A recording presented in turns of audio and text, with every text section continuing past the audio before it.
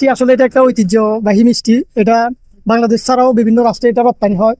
এটার গুণগত মান খুবই ভালো। আমরা এটা ফেনীর জনগণ এটা খুবই স্বাচ্ছন্দ্যের সাথে গ্রহণ করে।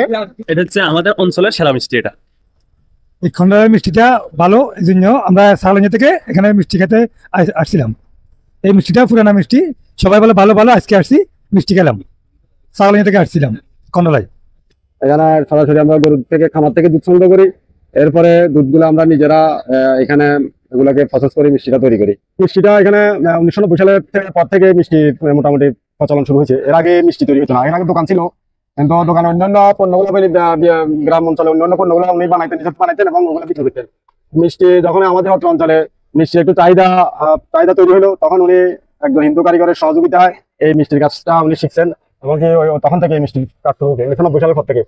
ফেনী জেলার মধ্যে আমাদের দোকানটা অনেকেই আশা করি পরিচিত, চিনে, মানুষ আসে। আচ্ছা, আমরা এই মিষ্টি আমার থেকে দুধ সংগ্রহ করার পরে আমরা এই দুধগুলাকে জাল দিয়া যখন ফুটাই, তখন এরপরে আমরা টক ছানার পানি, যেটাকে আমরা ভিনেগার বা টক জাতীয় ছানার পানি আছে, ওগুলা দিয়ে আমরা দুধগুলাকে ফাটাই। দুধ ফাটানোর পরে ওই দুধের ছানার অংশটা আমরা পানি থেকে আলাদা করি। পানি থেকে ছানা যখন আলাদা হয়, তখন মিষ্টিগুলাকে একটু ময়দা ব্যবহার করি, সামান্য পরিমাণে ময়দা ব্যবহার করতে হয়। ময়দা দিয়ে ওগুলাকে আমরা বিভিন্নভাবে ডাইলেশন করিয়া এরপরে মন্ডা তৈরি করি। আর মন্ডাগুলা চিনির মধ্যে আমরা শিরা তৈরি করি, আর চিনি শিরা দিয়া ওগুলা পাকাই। এরপরে সহজ পদ্ধতিতে এগুলো তৈরি করা যায়, যে ইচ্ছা করলে এগুলা নিজেরা বাসাতেও তৈরি করে খেতে পারবে হিসাবে। এরপরে আমরা ওগুলা 1-1.5 ঘন্টা ঠান্ডা করার পরে তারপরে আমরা পরিবেশন শুরু করি, বিক্রি শুরু করি। আমাদের না ওগুলা খন্ডলের নাম ভাঙ্গায় আমাদের নাম দিয়ে অন্যান্য জায়গায় বিক্রি করে। সর্বোপরি মিষ্টিটা খাঁটি গরুর দুধ থেকে তৈরি হয়, তো এই জন্য এটা মানে ভালো, দামে কম, স্বাস্থ্যসম্মত। সেই হিসাবে ছোট বাচ্চা থেকে বৃদ্ধ পর্যন্ত সবাই এই মিষ্টি খাইতে পারে।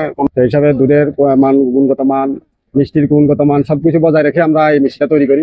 সেই হিসাবে মিষ্টিটা স্বাস্থ্যসম্মত। এখানে খুচরা হিসাবে বিক্রি করি, আমরা কোথাও পাইকারিও বিক্রি করি না, খুচরা মিষ্টি খুচরা হিসাবে বিক্রি করি।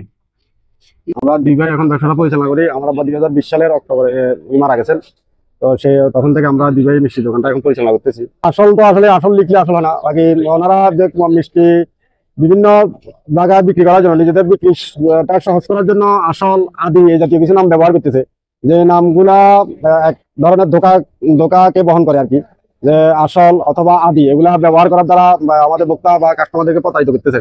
আমরা একটাই মিষ্টি তৈরি করি, যেটা স্পঞ্জ মিষ্টি অথবা রসগোল্লা নামে পরিচিত। আমাদের মিষ্টিটা মূলত রসগোল্লা। এটা কেউ স্পঞ্জ মিষ্টি বলে, কেউ রসগোল্লা বলে। মূলত মিষ্টিটা হলো রসগোল্লা, আবার স্পঞ্জ মিষ্টি, দুই নামে অনেকে ডাকে। রসগোল্লা বলে, কেউ স্পঞ্জ মিষ্টি বলে। স্বাভাবিকভাবে কাস্টমার যাই হয়, বাকি ঈদের মৌসুম গুলাতে একটু বেশি হয় আর কি। ঈদের মৌসুম গুলাতে অর্থাৎ 2-4 দিন একটু বেশি কাস্টমার হয়। আমরা তো আসলে ফেনী থেকে শহরে থাকি অনেকে, এখন আমরা গ্রামে অনেকে ঘুরতে আসছি ঈদের সময়।